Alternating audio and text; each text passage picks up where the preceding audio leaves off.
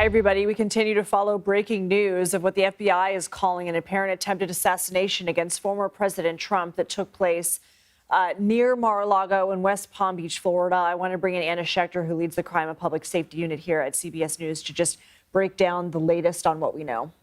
So, Lindsay, we just heard a press conference in the last hour where we learned that a suspect had been pointing an AK-style rifle towards the golf course about 300 to 500 yards from where former President Trump was playing golf, that a Secret Service agent was a couple of holes ahead of him on the course and saw the muzzle of the rifle and engaged the suspect. He ran off, was able to jump into his vehicle and drive off. Luckily, a witness was able to capture an image of that, share it with law enforcement, and so they had license plates to check.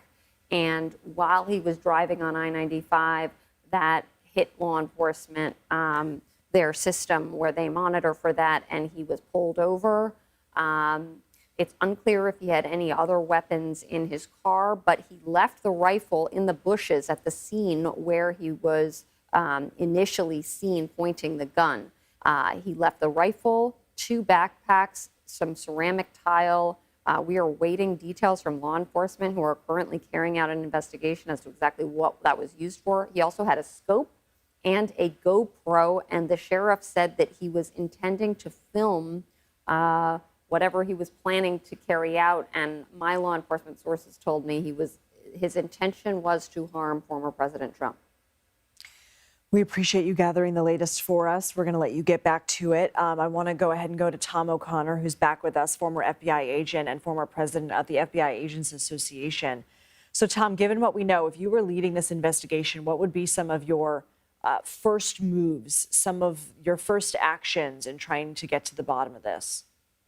Well, the first thing, they have a person in custody. I would get the best interviewers, interrogators that the FBI field office in Miami has, and get those people in the box with this person to determine, A, if there is a larger conspiracy here that is involving more people. That is something that has to be run down immediately to determine if there is a continuing threat.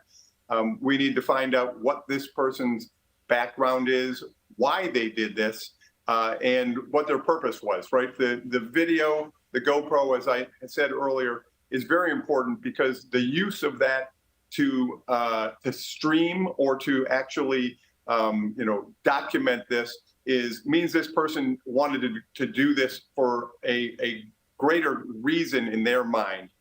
So it's very important for those things to take place: the interview, the search of the vehicle, forensic identification of any explosives, any explosive residue.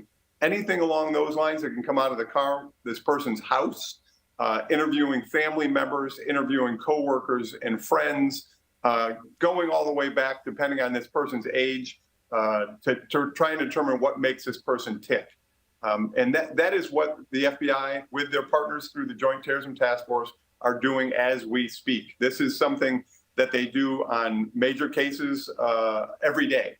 And this is a clearly very important case. This is the second attempt on a candidate for the United States presidency.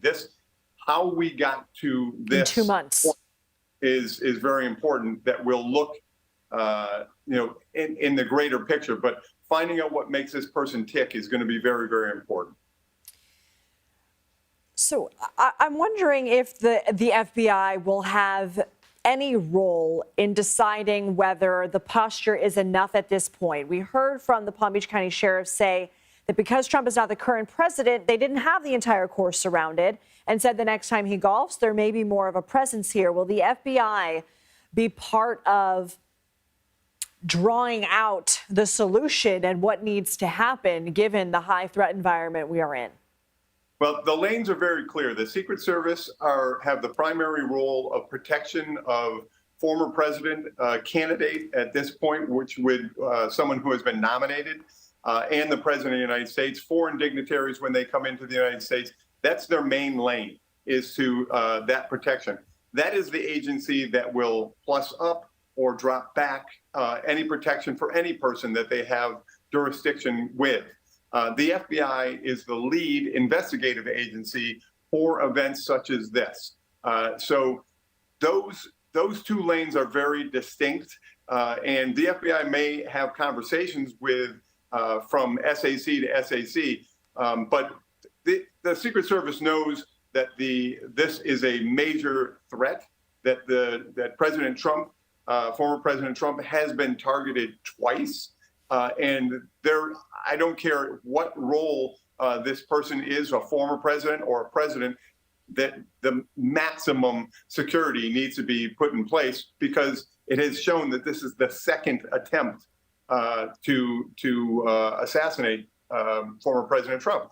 And so there should be no question on the level of protection for any of these persons that are in the public venue right now. The times we're in right now are very, very volatile, building up to the election and following the election. One of the extremist sides of the politic will be upset either way. And I have been saying this for literally years, building up to this, that the violence is not going to go away. It is something that has to be addressed. And the Secret Service is responsible for protection, and the FBI is responsible for the investigation and prevention through investigation of persons that may do harm to political persons at all levels. But by far, President Trump has had two attempts on his life. If we can call this an attempt because that person was in position. There is no call for slowing down any of the Secret Service protection in my eyes. Tom O'Connor, thank you so much. Thank you. I want to go to CBS News national correspondent Manuel Bojorquez, who joins us now from West Palm Beach near Mar-a-Lago. Manny, what are you seeing? You know, we're definitely seeing an increased security presence here in the area around Mar-a-Lago. Typically, traffic is allowed on the bridge that connects West Palm Beach to Palm Beach, where Mar-a-Lago is, and currently there is very little traffic allowed to move through. Really just people leaving Palm Beach, no one entering from West Palm Beach. So that's a security situation on the ground here. But, you know, people in this area are learning the details of this investigation, at least what we've learned so far. We can tell you that there were a few Trump supporters that lined his motorcade route after he was allowed to leave the golf club, which is just a few miles from where we were. They expressed their concern for the former president, how they believe that this is more of this persecution of the former president. And they were actually quite shocked to know that he was out golfing today, given that he's had a few days of heavy campaigning out on the West Coast. But as we know now, the president is set to be back home here at Mar-a-Lago, safe, doing well, and unharmed. Lindsay? Manny Bojorquez, appreciate your reporting. Thank you.